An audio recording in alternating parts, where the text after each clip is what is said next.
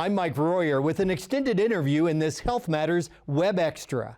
Welcome into another segment of Health Matters. My name is Mike Royer. We welcome back one of the Dr. Weidas. This is Dr. Jane Weida. Of course, Dr. Tom Weida is on regularly here and on other programs we do on WVUA. Dr. Weida, it's a pleasure to see you as always. Thank you. It's good to be here. We're talking to doctors in really all kinds of practices about COVID because it's affected every physician, every medical center, and almost everyone on the globe in one way or another. As we're talking here in the fall of 2021, where are you? Are you less stressful about COVID, or are you on the edge of your seat as you have been for months now as we continue dealing with it? It's easier than it was, say, this time last year when we didn't have the vaccination available. But the new strain, the Delta variant, really taxed our facilities, it taxed our hospitals, it particularly taxed our residents. These are new young doctors who aren't used to seeing people die. They're not used, especially young people. And it's been very hard for them, and I'm making sure that I reach out to them and say, are you okay?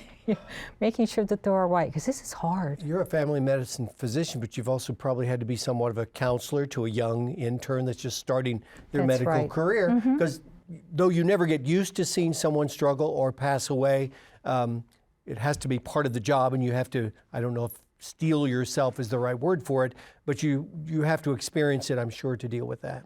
Right. What you need to do is find a balance between not letting it destroy you, but also feeling some sympathy for what's going on and some empathy. A physician once told me, I said, how do you deliver this bad news all the time about someone that is terminal? And he said, well, and in fact, he was talking to my family. And he said, well, I'm going to leave your family when you're done asking questions, and I have to get downstairs to deliver a baby. And he said, that is how you balance it. You go from all of it, the entire spectrum of life and death, and deal with that. Does that make sense to you too? That does make sense. And also what I always think is this has got to be harder on the family than it is on me. Yeah. I discovered that when I was an intern. Absolutely, and it might be the family's first time dealing with this. Yes. So it's a difficult thing. You mentioned in conversation before we turned the camera on about conversations with patients. Right. You have, for some time now, talked to patients about the vaccine. There's confusion out there, so misinformation out there as well.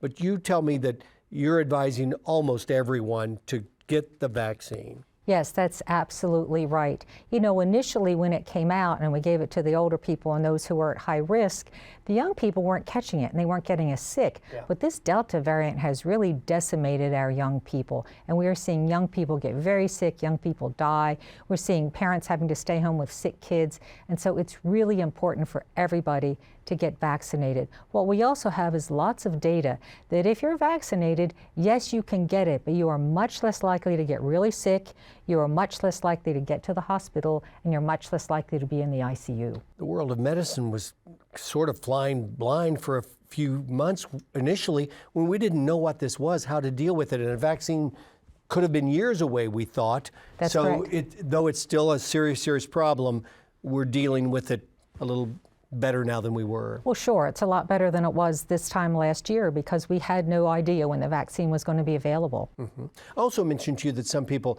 are concerned about young women who haven't had babies yet, want to have babies, and they're concerned about that, but you don't see any evidence that they should be leery of the vaccine either. Oh, not at all. On the contrary, they should be leery of COVID because if they are pregnant and they catch COVID, the baby can get it, the baby can be stillborn, it can cause all sorts of terrible preventable problems. There are cases where women have lost their lives and their babies because they've had COVID. And talking about something that'll break your heart. Oh, it's so heartbreaking, and it's preventable.